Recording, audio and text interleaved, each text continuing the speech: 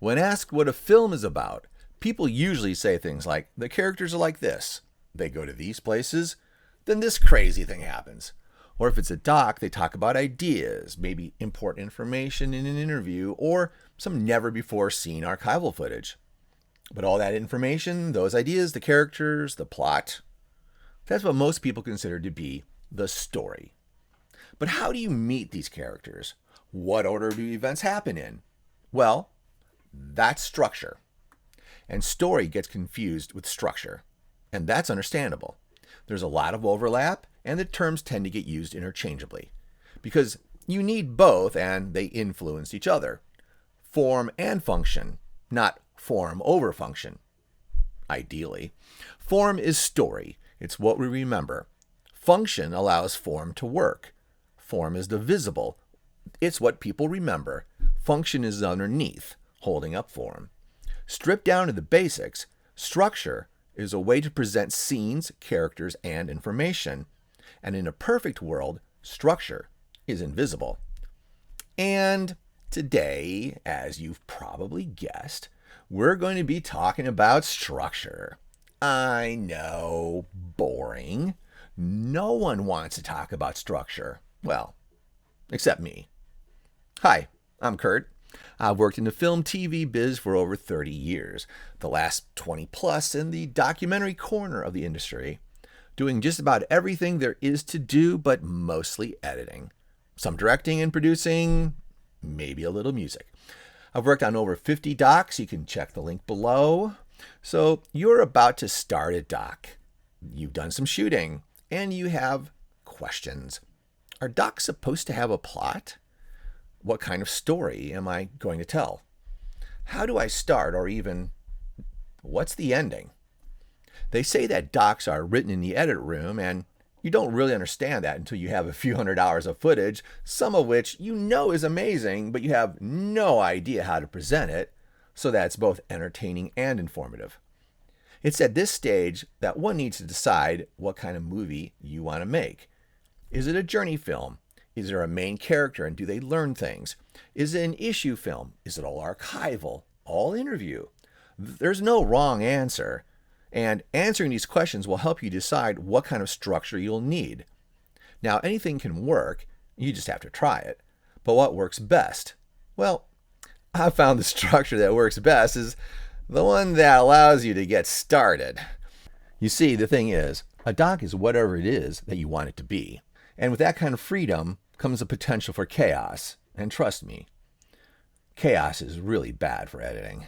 One of the problems with docs is that there's not one roadmap for creating structure that works for all of them.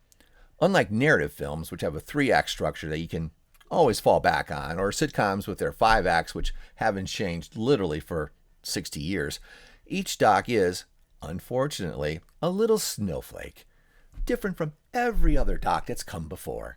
Most can't be squashed into a convenient, well-built box. Sure, some docs can, biopics, investigative films, but most don't fall easily into chunked-out categories.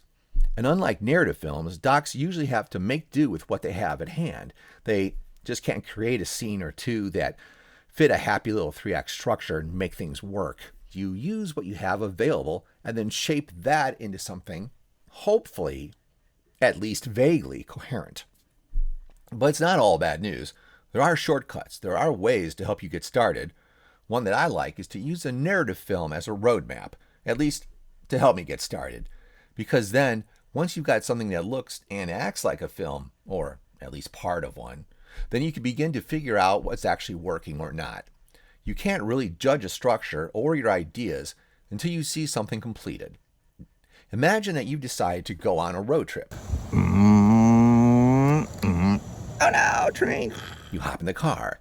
You have a rough idea about where you want to go. You decide to just wing it. Turn. Oh no. You'll figure it out along the way. So where are you going to end up? Roswell. Oh no. Probably not where you want to be. Oh no, the water. Thinking about structure as a roadmap helps you visualize your film. Where are the interesting sites? What are the obstacles? Where do you need to make a turn? So usually it comes down to a few basic questions that everyone has to answer eventually. What story do you want to tell? What materials do you have to tell that story? What's the best way to present those materials? The confusing part of all this is that story influences structure and structure helps determine the story. It's all very chicken eggy. And that's why sometimes having a very rough idea of a possible course can really help. Because otherwise, you end up driving in circles and doing a lot of editing without really accomplishing all that much. In some ways, it comes down to how do you want to tell the story? Pretty straightforward, starting at the beginning, going to the end, maybe in reverse, maybe in flashbacks, or a combination. How many characters are you going to focus on? Will it be presented in chapters or maybe interwoven storylines? Once you've made that decision, remember, you aren't married to it. The next step is to find a narrative film that has the same kind of combination of structure and story as what you're hoping your documentary has. Let's say you have a lot of characters and they're all working towards a goal. Great. Two films that have that kind of story are The Wizard of Oz and Ocean's 11. Two more different films you couldn't find. One's a journey film and one's a heist. Do your characters and story line up with either of those? If not, let's keep looking. And it doesn't really matter what your material is.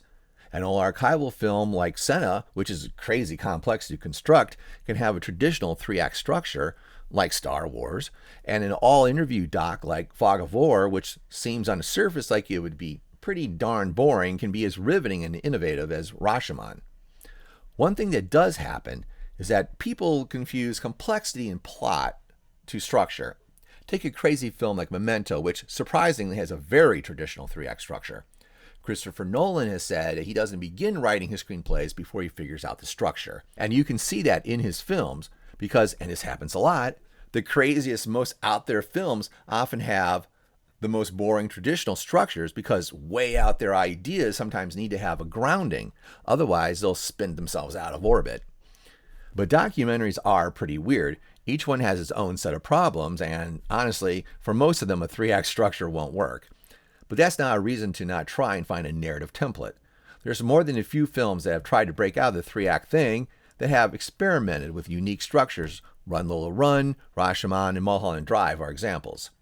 Even fairly traditional films like The Hangover have used interesting techniques like starting the film with a flashback, as have such well-known classic films like The Godfather Part 2 and High Noon, which utilize parallel storylines and real-time countdown to tell their stories. Heck, I even used Full Metal Jacket, the film with one of the most controversial structures, just 2 acts, almost 2 different movies smashed together, as a template for the doc Fat, Sick, and Nearly Dead, about 2 fat guys with health issues and how they managed to get healthy through juicing. Now that process didn't happen overnight. It was just, eventually we realized that 2 acts might work better, and hey, it worked for Full Metal Jacket, so it's not completely insane. And you know what? No one noticed the wacky structure because it just flowed. So there you go. Think about what materials you have at your disposal. Think about what narrative film you'd like for your doc to aspire to be. And then think about how best to get that material you have to conform to that ideal. After a few days or weeks, you may change your mind. Your film might have started out wanting to be the documentary version of The Fugitive, but it became more like Goodfellas as you went along when you realized that you needed a solid VO to tell the story. Hey, it's all good as long as it works in the end. And something that can help is that most of the best docs aren't married to any one style. They utilize different techniques as needed, from verite to voiceover. Some even use recreations. But that's one thing I'm not going to get into here because that's a whole nother barrel of fish. Recreations are a tool. Use them at your own peril. So there's probably at least one narrative film that vaguely matches up to what you hope to do. Use that as your jumping off point. Don't be too precious with lining things up perfectly because it won't last long. This way, you get to piggyback on a successful structure. Those narrative guys have spent hundreds of hours beating their film into coherence.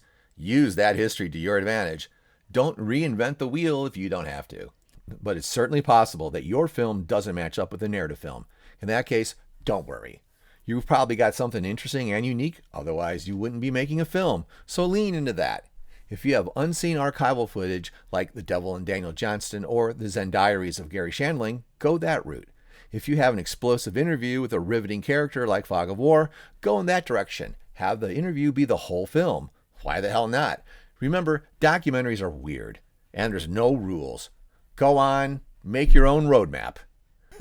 Okay, thanks for watching. See you next time. If you like this, hit those dang like and subscribe buttons and share it with your friends. All right, now get out there and happy documenting. What the fuck, happy documenting? I don't know. Stupid ass thing.